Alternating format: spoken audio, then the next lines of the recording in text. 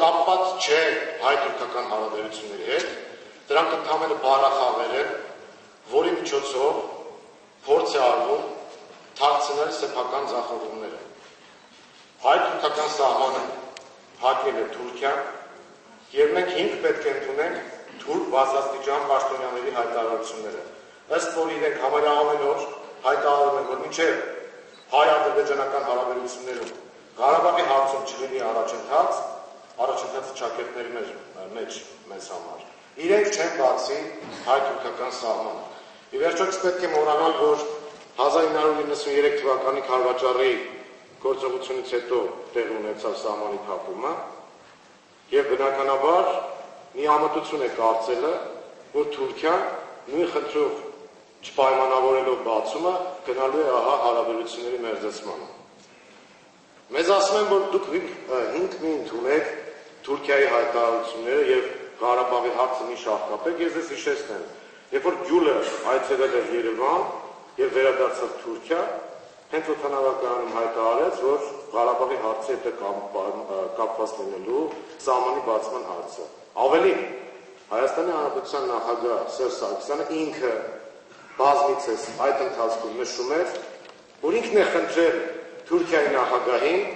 օժանդակել Ղարաբաղի հարցում։ Եթե հիշում եք, այդ օրերին ընդամենը բանավեճ էր գնում միջամտել եւ օժանդակել բառերի շուրջ։ Թուրքիան էլ ասեցին շնորհակալություն, հիմա մենք ձեզ այնպես կօժանդակենք, որ ձեզ քիչ չի թվա։ Արդյունքում հայ-թուրքական գործընթացը Հայաստանի տխրահարչակ ֆուտբոլային դիվանագիտության հետևանքով շահկապվեց Ղարաբաղի հարցի հետ։ Այսօր, երբ որ խոսք է գնում այն մասին, որ միայն Թուրքիայի հետ սահմանը բացելով մենք հնարավորություն կունենանք զարգանալու,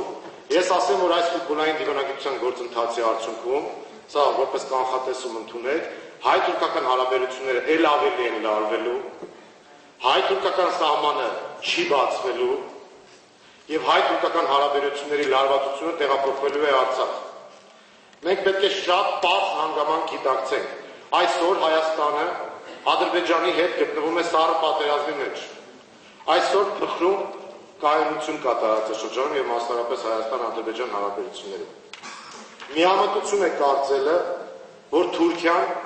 փորձելու է Հայաստանի սահմանը բացել, որպեսզի Հայաստանի տնտեսությունը զարգանա եւ հաղթանակ տանի սառը պատերազմում։ Այդ հիմա են Հայաստանի իշխանությունները հասկացել, որ իրենք սխալվել են։ Եվ եթե հիշում եք, հետագայում արդեն Սերժ Սարգսյանը պարբերաբար ցանկացած հյուրի հետ հանդիպման ժամանակ ասում է Թուրքիան լավ կլինի, որ չխառնվի ընդհանրապես Արցախի հարցում, բայց գնացն արդեն գնացել է։ Եվ ես մի վտանգավոր միտում էլ նշեմ։ Այսօր Ղարաբաղյան կոնֆլիկտը համարյա հավասարվում է միջազգային քաղաքական օրակարգում արաբա-իսրայելական կոնֆլիկտի իր կարևորությամբ, իր լուծման անհրաժեշտությամբ։ Դա շատ վտանգավոր միտում է Հայաստանի համար։ Զուտ տարածաշրջանային ռեգիոնալ սառեցված կոնֆլիկտից այսօր Ղարաբաղի խնդրի կարգավորումը վերածել է համաշխարհային քաղաքականության օրակարգային հարցի։ Մենք այսօր այդ ռեսուրսը չունենք դիմագրավելու այն ճնշումներին, որը կա։ Հաջորդը, եթե նախկինում միջազգային հանրությունը բազմամիլիարդանոց փողեր էր ծախսում, գրանտներ եւ այլ միջոցներ,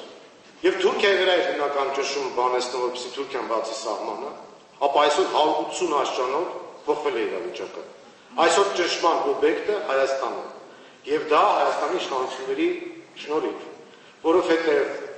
ճնշումներ կիրառելով Հայաստանի վրա իրենք ասում են, Թուրքիայի արգումենտները մեզ համար ընդունելի են։ Նայեք Սերնեբիի հայտարարությունները Բաքվում։ Ասում են, եթե այսօր Հայաստանն ու Ադրբեջանը ունեն որոշակի հավասարակշռություն, ապա Թուրքիան ճիշտ արգումենտ է ներկայացնում, ասում է, եթե ես բացեմ սահմանը, Հայաստանը տնտեսապես կհեզորանա եւ հավասարակշռությունը կխախտվի Հայաստանի ու Ադրբեջանի միջեւ, որ այսօր կա։ Եվ իրենք ասում են, գնացեք Արցախի հարցում լուծումների։ Լուծում այսօր Արցախի հարցում գոյություն չունի։ Մենք դատապարտված ենք Արցախը պահելու, որովհետեւ դա Հայաստանի անվտանգության խնդիրն է եւ ցավոք Հայաստանում չկա այդ միտումը։ Տարանջատում են Արցախի հարց, Հայաստանի հարց, այդպեսի այս գոյություն չունի։ Եվ զիջումների դաշտ գոյություն չունի։ Եթե Ալիևը պահանջում է բուն նախին լղին տարածքը, Ադրբեջանում խոսում են Սյունիքի մասին արդեն, որպեսզի Նախիջևանի հետ կապ ունենան։ Ինչ փողզիջում Ադրբեջանի հետ։ Եթե մենք գնում ենք մեր կողմից փոխզիջման, դա կապիտուլյացիա է փաստացի, որը այս գործընթացով կարող է հանգեցնել Հայաստանը պատերազմի։ Թվում է Հայաստանում իշխանության է եկել խաղաղության կուսակցությունը։ Դա իրականում պատերազմի կուսակցություն է։ Այսօր որևէ զիջում հնարավոր չէ Արցախի հարցում։